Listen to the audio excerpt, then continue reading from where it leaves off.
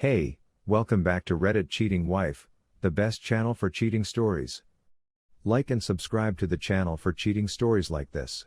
31 male, I caught my 28 female fiancé having in our home with a married 36 male doctor at the hospital I work at. They don't know about it, and I don't know what to do.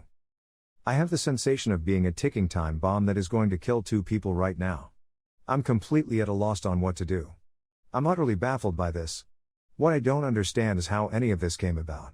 They haven't figured it out yet, and I'm not sure what to do next.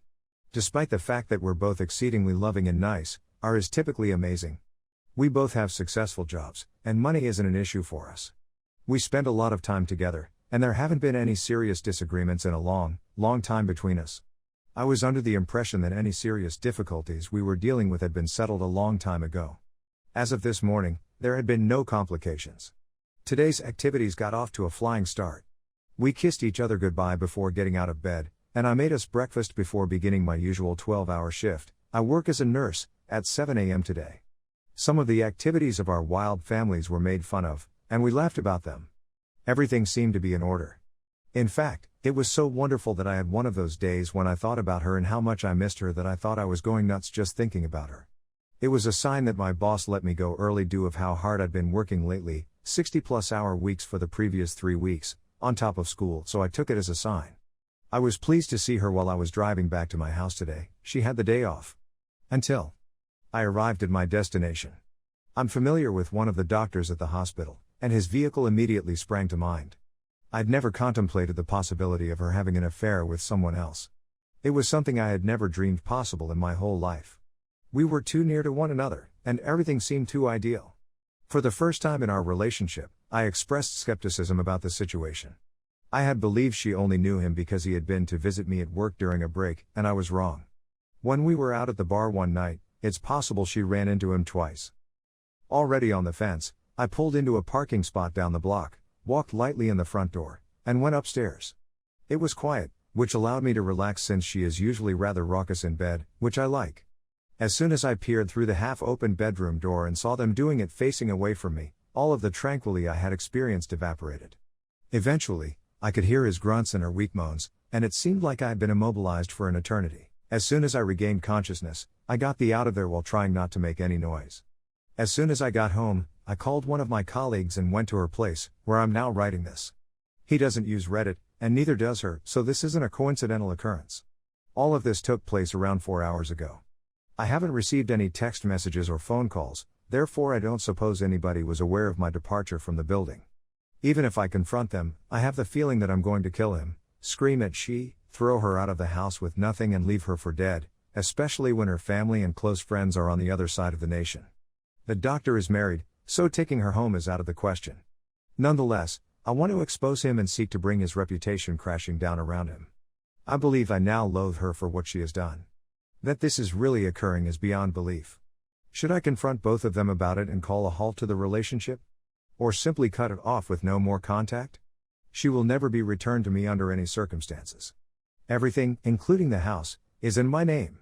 Please accept my apologies for the long nature of this post. Because I'm not in a good mood right now, I'm going to ramble on for a while. Update. I'll be completely honest with you, I don't remember a single detail of what occurred that day.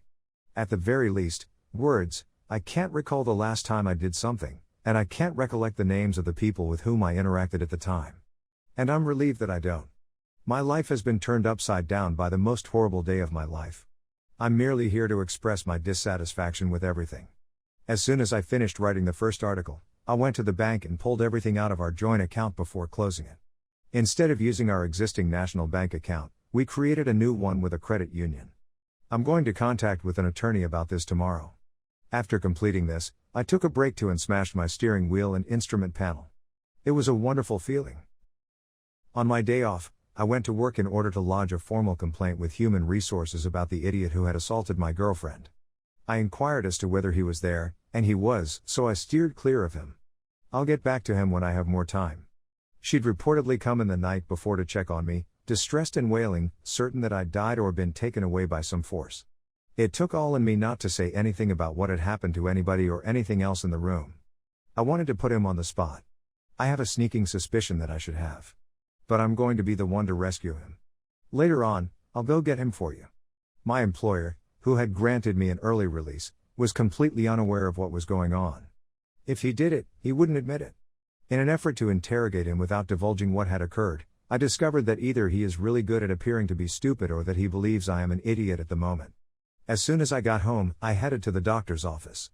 I was under the impression that school had not yet ended. She was not at home at the time. After 5 minutes, I started to get concerned. Beautiful area with neighbors who most likely chat a lot. I'm quite sure I'm already on someone's watch list. I turned and went away. So I returned home after that. Since I still had a few hours till my fiancée got home, it seemed logical that I should check my phone.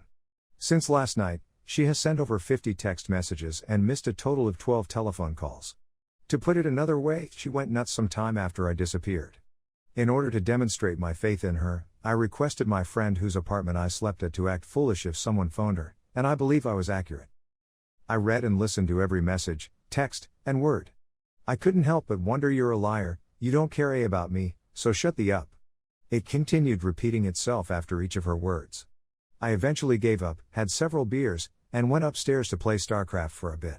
It never occurred to me to update Reddit, my apologies, it's been a long day. I grew weary, or angry, of losing. I played 2 games, and shut off the game. I didn't want to contact anybody and say I'm okay since they'd definitely tell her. As a result, I logged onto our AITA account and checked her text and phone history. Wow.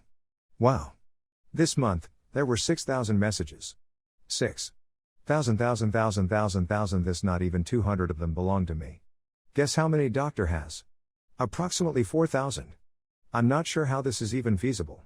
And who are the other 2 numbers with about a 500 that I don't recognize? What the heck is this? Yes, I have unlimited texting, but what the is this? For her, phone calls were nothing out of the norm. I'm basically fixated about this insanely large number of messages. I have no idea what you're talking about. My self-control came to an end there. I opened her email and oh my god. Dr. Sent us some interesting emails. Let me just send these to everyone important in this situation. Yay. I flung my phone into the wall, which has now developed a large dent, and my phone screen is entirely smashed.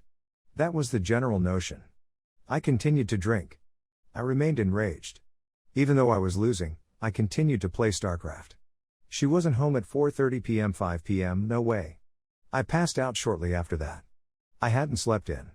Oh, I don't know how long. I got up around 5 a.m. the day before, so I'd slept for about 1,000,000 hours.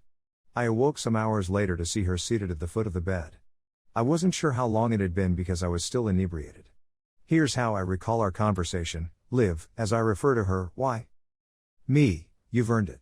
Liv, no, I don't do. Are you crazy? Me, I don't give a what you think anymore. Shut the F.K. up. Stop, Liv.